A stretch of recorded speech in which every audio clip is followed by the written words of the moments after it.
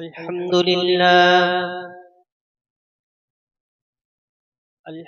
لله نحمده ونستعينه ونستغفره ونؤمن به ونتوكل عليه ونعوذ بالله من شرور أنفسنا ومن سيئات أعمالنا.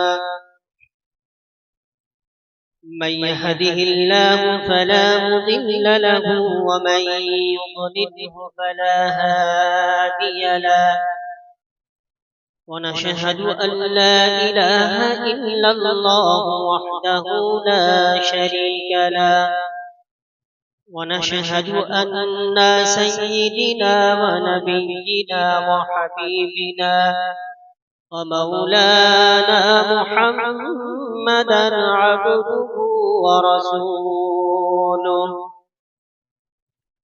أرسله الله تعالى بالحق بشيرا ونذيرا وداعيا إلى الله بإذنه وسراجا وقمرا منيرا.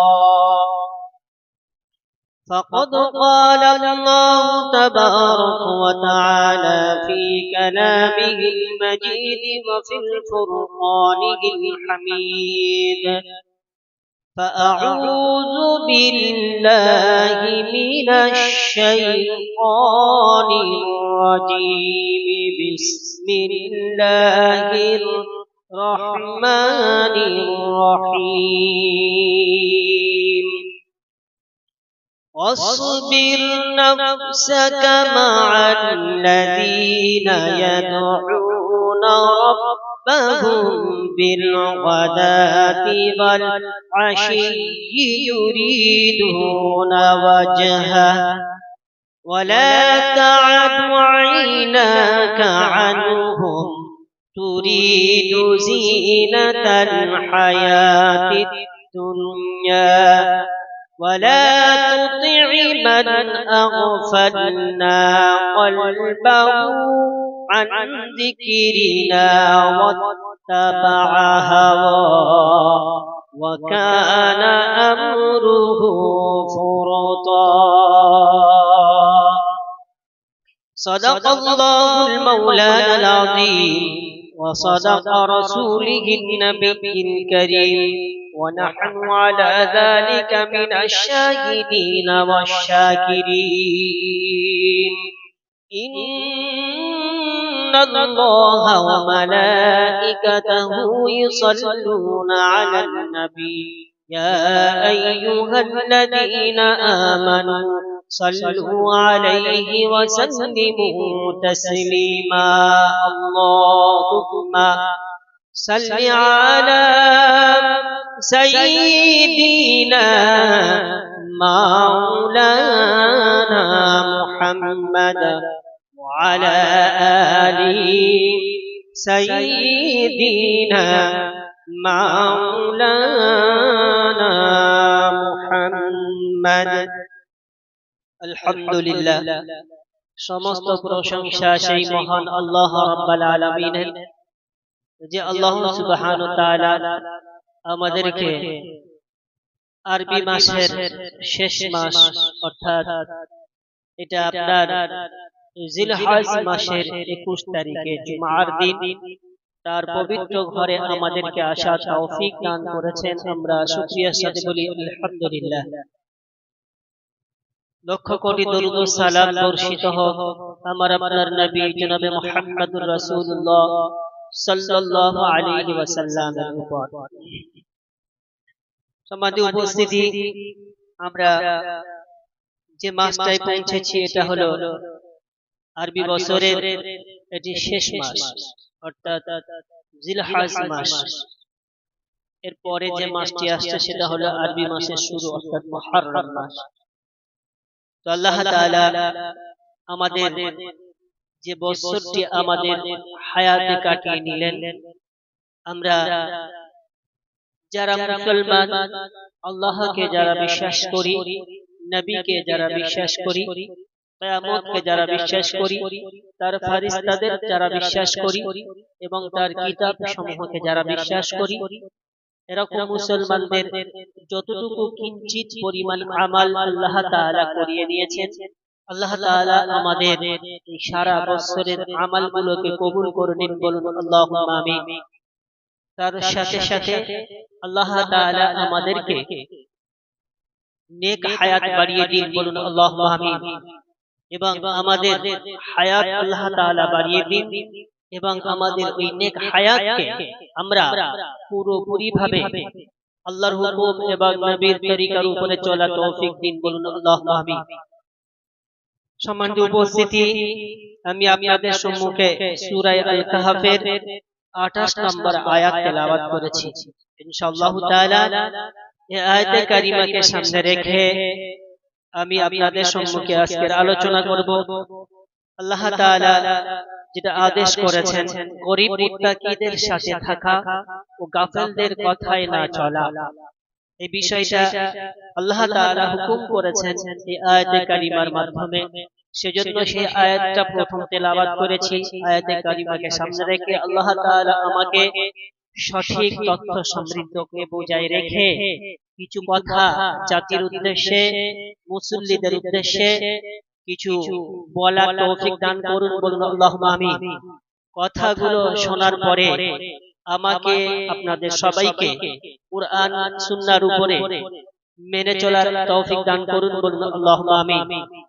সম্মানিত উপস্থিতি, আমি যে আয়াতে কারিমা আজকের তেলাওয়াত করেছি সূরা কাহফ থেকে। কোথা থেকে তেলাওয়াত করেছি?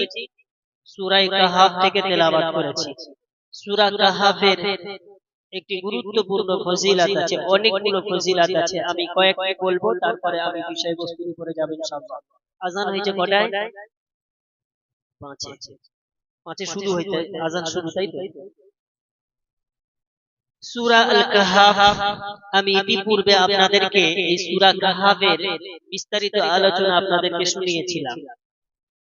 তো সূরা কাহফের আজকের সেই ফজিলতটা আবার আপনাদেরকে স্মরণ করিয়ে দিচ্ছি, যাতে করে আমরা কুরআনুল কারীমের উপরে আমল করতে পারি।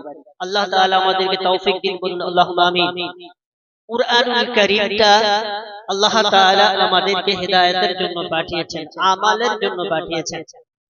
কুরআনুল কারীমের কিছু কিছু সূরা এমন আছে যেগুলোর উপরে আমল করলে আল্লাহ তাআলা আমাদেরকে দুনিয়ার গজব থেকে বাঁচিয়ে নেন, সুবহানাল্লাহ বলেন। অথচ আমরা কুরআনুল কারীমের এই আমল থেকে সরে গিয়ে দুনিয়াবি আমলগুলো আমরা করতে চলেছি, যার কারণে আল্লাহ তাআলা আমাদেরকে সর্বসময় সর্বদিক থেকে আমরা মানুষ নির্যাতন এবং নিপীড়নের মধ্যে পড়ে আছি। এমন এমন গজব এসে আমাদের উপরে পড়ছে, সে গজব থেকে বাঁচার জন্য কোনো সুরাহা আমরা খুঁজে বার করতে পারি না। সেজন্য আমরা কুরআনের উপরে আমল করব ইনশাআল্লাহ। আল্লাহ তাআলা আমাদেরকে তৌফিক দিন। সম্মানিত সুধী, সূরা আল কাহফ, যেমন কুরআনুল কারীমের একটি সূরা আছে সূরা আল মুলক। কোন সূরা বললাম? সূরা মুলক। এই সূরা মুলক যদি যথা নিয়মে কেউ এর উপরে আমল করে, এই সূরাটাকে যদি রাত্রে বেলা শোয়ার সময় ঈশার নামাজের পরে যদি পাঠ করে, আল্লাহ তাআলা তার কবরের আযাব থেকে মুক্তি দান করেন, সুবহানাল্লাহ। পড়ি আমরা সূরা কাহফ কোথায় আছে জানি?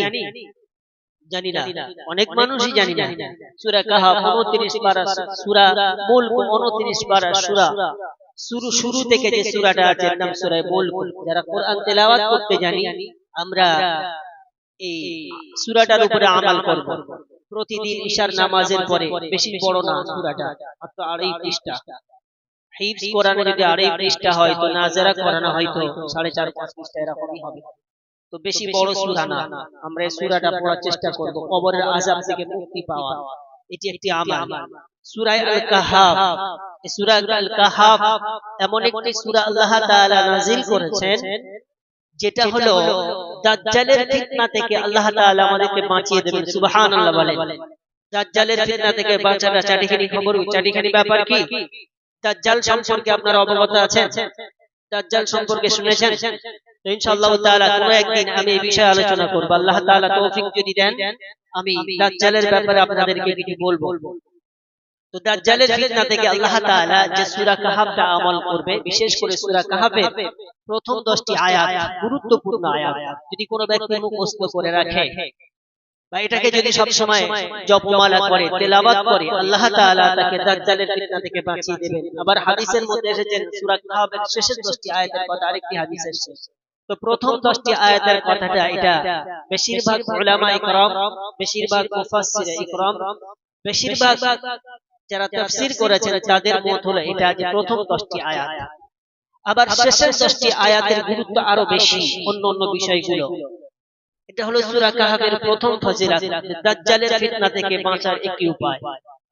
দ্বিতীয় ফজিলত হলো সূরা কাহাফ যদি আপনি আজ জুমার দিন যদি আপনি তেলাওয়াত করেন সূরা কাহাফটা, তো এই জুমা থেকে নিয়ে সামনে জুমা পর্যন্ত আল্লাহ তাআলা আপনার জিন্দেগিকে নূর তৈরি করে দেন। বলুন সুবহানাল্লাহ। আল্লাহ তাআলা ওই ব্যক্তির এই জুমা থেকে নিয়ে সেই জুমা পর্যন্ত তার জীবনের বিগত সগীরা গুনাহগুলোকে আল্লাহ তাআলা maaf করে দেন। বলুন সুবহানাল্লাহ। এটা সূরা কাহাফের ফজিলত। আর অনেকগুলো ফজিলত আছে। আল্লাহ তাআলা আমাদেরকে সূরা কাহাফটা তিলাওয়াত করার তৌফিক দান করুন। আল্লাহুম্মা আমিন। আমরা মানুষ অনবরত গুনাহ করে চলেছি। মানুষ স্বভাবগতভাবে প্রতিটা মানুষ কিছু না কিছু গুনার সাথে আমরা জড়িত। প্রতিটা মানুষ, কেউ হয়তো অজ্ঞানে করে ফেলি, আবার কেউ বুঝে সুঝে গুনাহ করে। কেউ হয়তো না বুঝে করি, না জেনে করি, আবার কেউ বুঝে সুঝে জানা সহকারেও গুনাহ করে। এই জানা সহকারে গুনাহ করার মানুষটা এখন দুনিয়াতে বেশি হয়ে গেছে। ছোট্ট একটি মিসাল দিলে আপনি বুঝতে পারবেন যে এখান থেকে পূর্বের জামানা এত মানুষ হাদিস এবং কোরআন নিয়ে চর্চা করতো কি বলুন? আমাদের বাপ-দাদাদের জিন্দেগিগুলো দেখুন, হাদিস কোরআন এত মানুষের কাছে ছিল না। উলামা ইকরাম যেগুলো বলতেন তার উপরে তারা আমল করতেন।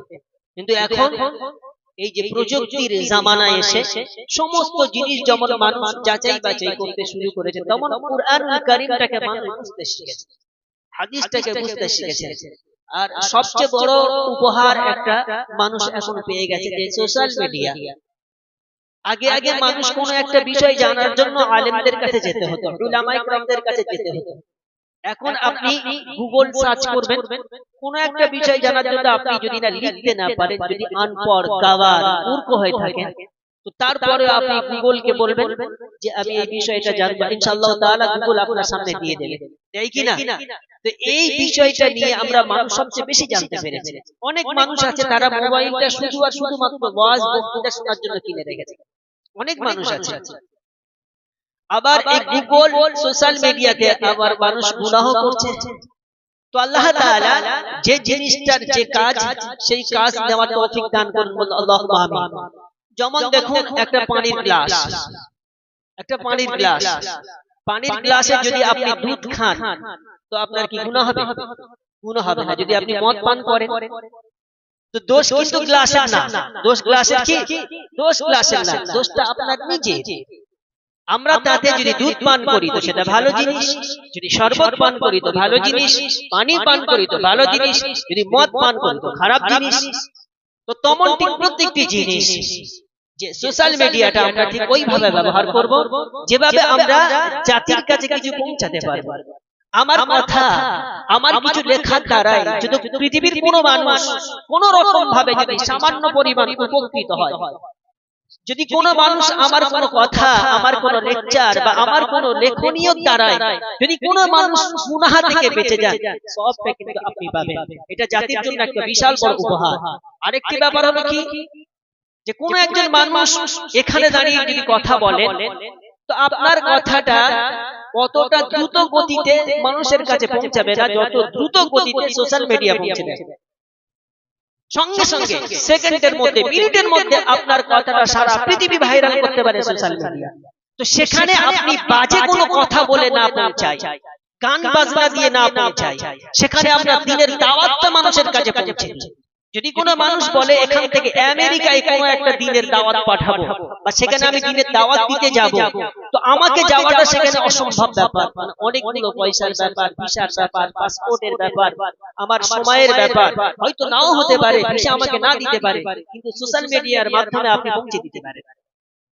তো আমরা সোশ্যাল মিডিয়া থেকে আমরা ভালো কিছু কামনা করব, এবং যারা আমার বিশেষ করে যুবক ভাইরা যারা সোশ্যাল মিডিয়ার সাথে সব সময়ের জন্য জড়িত, আমার যুবক ভাইরা, আমরা এখান থেকে যে মেসেজ, যে এসএমএস গুলো আমরা করব, সেগুলো দিনের দাওয়াত হিসাবে করব। আলতু ফালতু কোনো এসএমএস এখান থেকে করব না। আমি দুনিয়া ছেড়ে চলে যাব, আমরা দুনিয়া ছেড়ে চলে যাব, আমার ওই এসএমএস, আমার ওই কথা, আমার ওই বার্তাটা, সেটা কিন্তু সোশ্যাল মিডিয়ায় রয়ে যাবে। যতদিন পর্যন্ত আমার এই খারাপ কথা, খারাপ মন্তব্য মানুষ করতে থাকবে, যতদিন আমার এই খারাপ কীর্তিগুলো মানুষ দেখতে থাকবে, আমি কবরে শুয়ে থাকবো, আর আল্লাহ পাকের ফেরেশতারা ওই গুনাহগুলো আমার ঝুলিতে ভরতে থাকবে। আপনি যদি ভালো বার্তা দিয়ে যান, আপনার ওই কথা, আপনার ওই কিছু লেখনীয় যদি দেখে মানুষ উপকৃত হয়, মানুষ যদি জ্ঞান পায়, মানুষ যদি আমালের রাস্তা দেখে, তো আপনি কবরে শুয়ে থাকবেন, সেখানে ফেরেশতারা আপনার ঝুলিতে সওয়াব পৌঁছাতে থাকবেন। সুবহানাল্লাহ বলেন। সেজন্য সম্মানিত উপস্থিতি, আল্লাহ তাআলা আমাদেরকে কবুল করুন, আল্লাহুম্মা আমিন। আয়াতে কারিমা তেলাওয়াত করেছি, আল্লাহ তাআলা শোনাচ্ছেন, واصبر نفسك مع الذين يدعون ربهم بالغداة والعشي يريدون وجهه ولا تعد عيناك عنهم تريد زينة الحياة الدنيا ولا تطع من أغنينا قلبه عن ذكرنا واتبع هواه وكان أمره فرطا। বক্তব্যের শুরুতে বিষয়বস্তু আপনাদেরকে দিয়েছি যে মুত্তাকিদের সাথে চলতে হবে, আর মুত্তাকিদের সাথে আমাদেরকে সম্পর্ক রাখতে হবে, ভালোবাসা রাখতে হবে। মুত্তাকি ছাড়া, ঈমানদার ছাড়া আর কোন মানুষের সাথে সম্পর্ক রাখা যাবে না। আল্লাহ তাআলা শুনিয়ে দিয়েছেন, ওয়াসবির নাফসাকা মা'আল্লাযীনা ইয়াদউনা ربهم بالغداة والعشي يريدون وجهه। মুত্তাকিদের সাথে চলতে গেলে, ঈমানদারদের সাথে চলতে গেলে প্রতিটা মানুষের ধৈর্য ধারণ করতে হবে, প্রতিটা মানুষেরকে সবর ইখতিয়ার করতে হবে। সবর আর ধৈর্য, এই দুইটা জিনিস যদি আমাদের মধ্যে না থাকে, মুত্তাকিদের সাথে আমরা চলতে পারবো না। বিশ্বনবী জনাবে মুহাম্মদুর রাসূলুল্লাহ সাল্লাল্লাহু আলাইহি ওয়াসাল্লামকে জিবরিল মারফতে আল্লাহ তাআলা এই ঘোষণা দিয়েছেন, হে নবীজি, আপনি মুত্তাকি, গরীব, ফকির ওদের সাথে সম্পর্ক রেখে দেন। হে নবীজি, দুনিয়ার লোভে পড়ে, দুনিয়ার চাকচিক্যময় দেখে মুত্তাকিদের সাথে, গরীবদের সাথে থেকে তুমি তোমার নজরকে ফেরাবে না। মুহাম্মাদুর রাসূলুল্লাহ সাল্লাল্লাহু আলাইহি ওয়াসাল্লাম দুনিয়ার মোহে পড়ে, দুনিয়ার ধোঁকায় পড়ে, দুনিয়ার কোন জিনিসের দিকে খেয়াল রেখে মুত্তাকিদের থেকে তুমি সরে আসবে না। আল্লাহ তাআলা এই হুকুমটি বিশ্ব নবীর উপরে করেছেন। তো বিশ্ব নবীকে যে হুকুম দিয়েছেন, এই হুকুম হলো সারা পৃথিবীর মানবের জন্য। কাদের জন্য? সারা পৃথিবীর মানবের জন্য, শুধুমাত্র আল্লাহর রাসূলের জন্য এটা না। তো আল্লাহর রাসূলের উপরে যে হুকুমটি আল্লাহ তাআলা পাঠাতেন, আল্লাহর হুকুম যেটা, আল্লাহর নবী যেটা মানতেন, আল্লাহ রাসূল সাল্লাল্লাহু আলাইহি সাল্লাম সেই হুকুম, সেই কথা, সেই বার্তাগুলো আমাদের কাছে পৌঁছে দিয়ে গেছেন।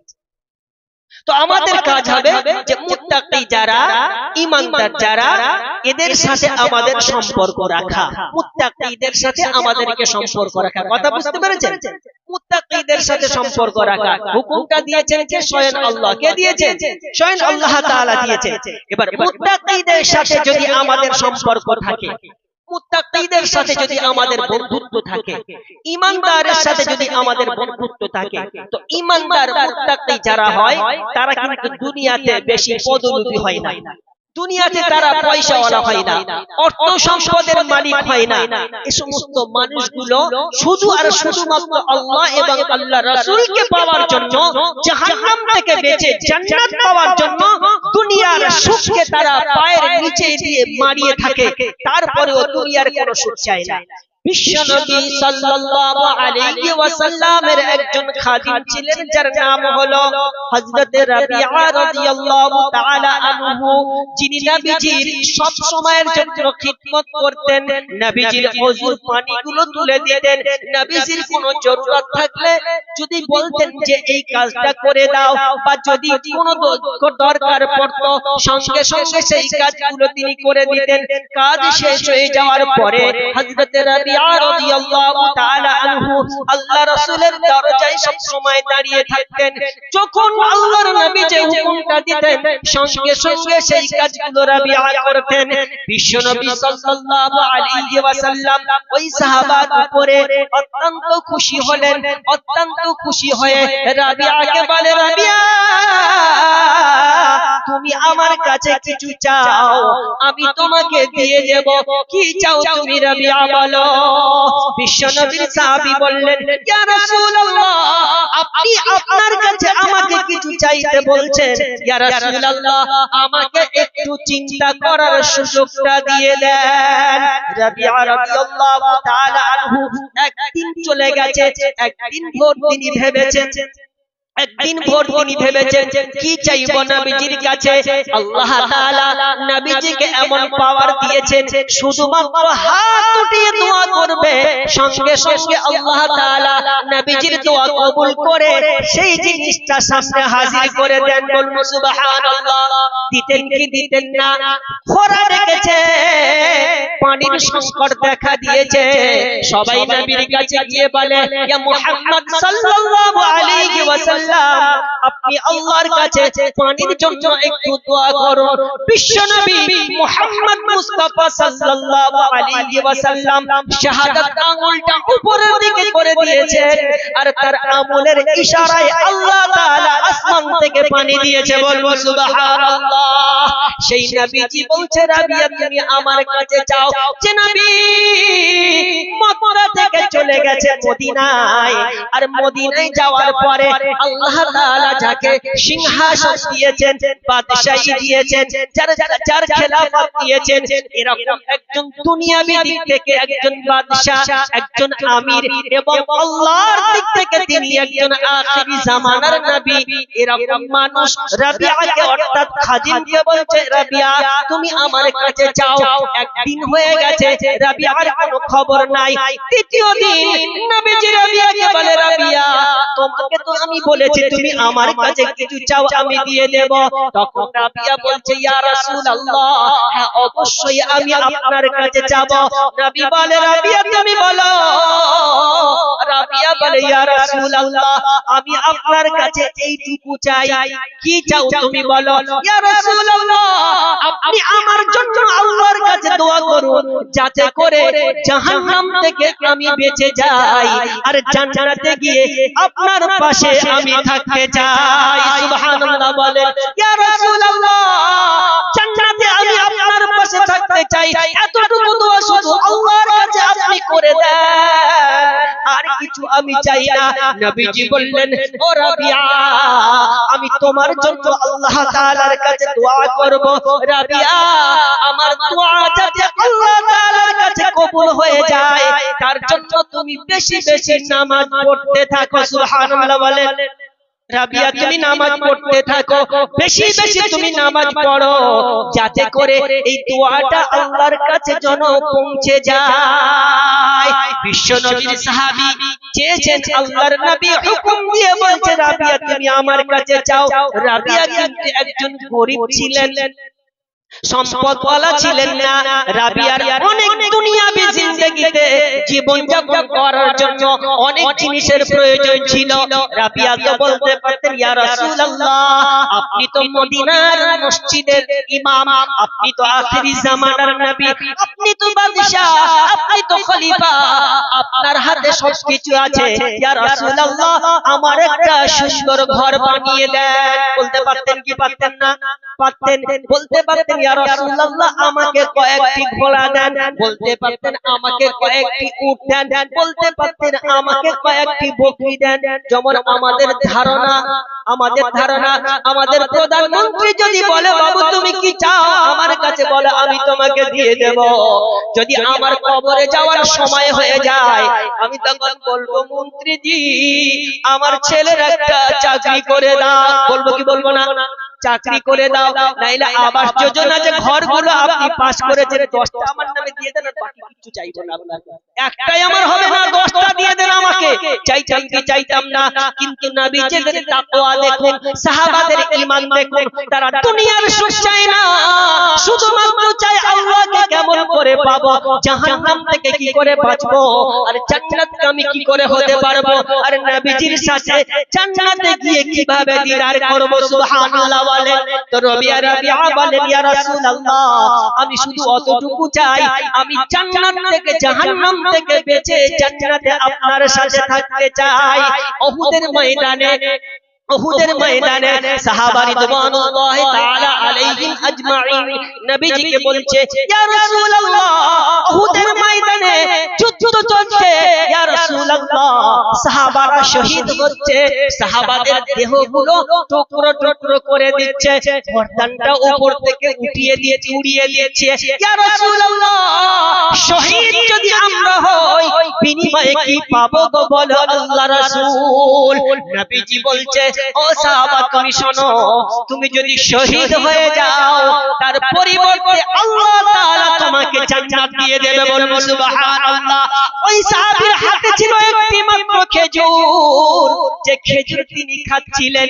নবীজি যখন ঘোষণা দিয়েছেন যে শহীদ হয়ে গেলে তুমি জান্নাত পাবে, ওই সাহাবী ওই খেজুরটা মুখের কাছে তুলে আল্লাহর নবীর ঘোষণা শোনার পর সাহাবী খেজুরটা ছুঁড়ে ফেলে দিয়ে বলতে শুরু করলেন, ফুস্তু ওয়া রাব্বুল কাবা। শত্রুদের ভিতরে গিয়ে তলোয়ার চালাতে চালাতে নিজে শহীদ হয়ে গেলেন, আর মুখ থেকে উচ্চারণ করতে থাকলেন, ফুস্তু ওয়া রাব্বুল কাবা, আমি কামিয়াবি হয়ে গেছি। সুবহানাল্লাহ বলেন। তাদের দুনিয়ার কিরকম, দুনিয়াটা তারা কিরকম ভাবে দেখতেন দেখুন। তাদের স্বপ্ন ছিল, তাদের সবকিছু ছিল শুধু আর শুধুমাত্র কেমন করে জান্নাত পাবো, কোন আমল করলে জান্নাত পাবো, কিভাবে নামাজ পড়লে আল্লাহ পাবো, নবীর কোন হুকুমটা মেনে নবীর মনে খুশি করে আল্লাহ পর্যন্ত পৌঁছে যাব, এইটা আর কোনো কিছু তাদের স্বপ্ন ছিল না। আয়াতের শেষে আল্লাহ তাআলা বলেন, ওয়ালা তুতি'i মান আগফালনা কলবাহু আন যিকরিনা ওয়াত্তাবা'a হাওয়াহু ওয়া কানা আমরুহু ফুরুতা। ওই সমস্ত লোকের সাথে তোমরা চলবে না, ওই সমস্ত লোকের দলে তোমরা যাবে না, ওই সমস্ত লোকের ডাকে তোমরা সাড়া দেবে না। আমি আল্লাহ যাদের অন্তরকে গাফেল করে রেখে দিয়েছি, শুধু তাই না, আমি আল্লাহ তাদের অন্তরকে গাফেল করে রেখে দিয়েছি যারা সর্বক্ষণ সর্বসময়ের জন্য সীমা লঙ্ঘন করে, নিজেকে মন চাই জিন্দেগির উপরে চালায়, যারা কোনোদিন মনে করে না যে এটা গুনার কাজ, কথা বলে তো ফালতু বলে, খরচ করে তো ফজুল খরচ করে, যে কাজ করে তো আল্লাহ এবং আল্লাহর নবীর হুকুমের বরখেলাফ চলে। ও পৃথিবীর মানুষ, এই সমস্ত মানুষদের দলে তোমরা যেও না, এদের কথা তোমরা শোনো না, এদের ডাকে তোমরা সাড়া দেও না। যদি এদের ডাকে তোমরা সাড়া দাও, এদের দলের সাথে যদি তোমরা চলো, আমি আল্লাহ উপর থেকে এমন একটি আযাব দুনিয়াতে প্রেরণ করব, দুনিয়ার কোন বাবা তোমাকে বাঁচাতে পারবে না। কথা বুঝিয়ে এসেছে? কোনো বাবা বাঁচাতে পারবে না। যদি আমরা এই সমস্ত মানুষের পদঙ্ক অনুসরণ করি, এদের ডাকে যদি সাড়া দিই, এদের দলে যদি চলি, এদের সাথে যদি বন্ধুত্ব করি, আল্লাহ তাআলার আযাব থেকে আমরা বাঁচতে পারবো না। তো আল্লাহ তাআলার আযাব থেকে বাঁচতে হলে, জান্নাতের রাস্তা দেখতে হলে, আল্লাহর সাথে সম্পর্ক গভীর করতে গেলে, আল্লাহকে পেতে গেলে কাদের সাথে ঘুরতে হবে? ঈমানদার মুত্তাকীদের সাথে। কাদের সাথে ঘুরতে হবে? ঈমানদার মুত্তাকীদের সাথে, যারা সব সময় সর্বক্ষণের জন্য আল্লাহকে পাওয়ার জন্য যারা ব্যস্ত, আল্লাহকে পাওয়ার জন্য সব সময়ের জন্য যারা বেচেন হয়ে আছে, এদের দলের সাথে আমাদেরকে চলতে হবে। আল্লাহ তাআলা আমাদের দুনিয়াতে সমস্ত ধোঁকাবাজ, বাটপার, চিটিংবাজ এই সমস্ত মানুষদের থেকে বাঁচিয়ে আল্লাহ ওয়ালা মানুষদের সোহবতে আমাদেরকে সান্নিধ্য অর্জন করা, তাদের সোহবতে থাকা, তাদের সাথে থেকে আল্লাহকে পাওয়ার তৌফিক দান করুন। বলুন আল্লাহুম্মা আমিন। ওয়া আখিরু দাওয়ানা আলহামদুলিল্লাহি রাব্বিল আলামিন।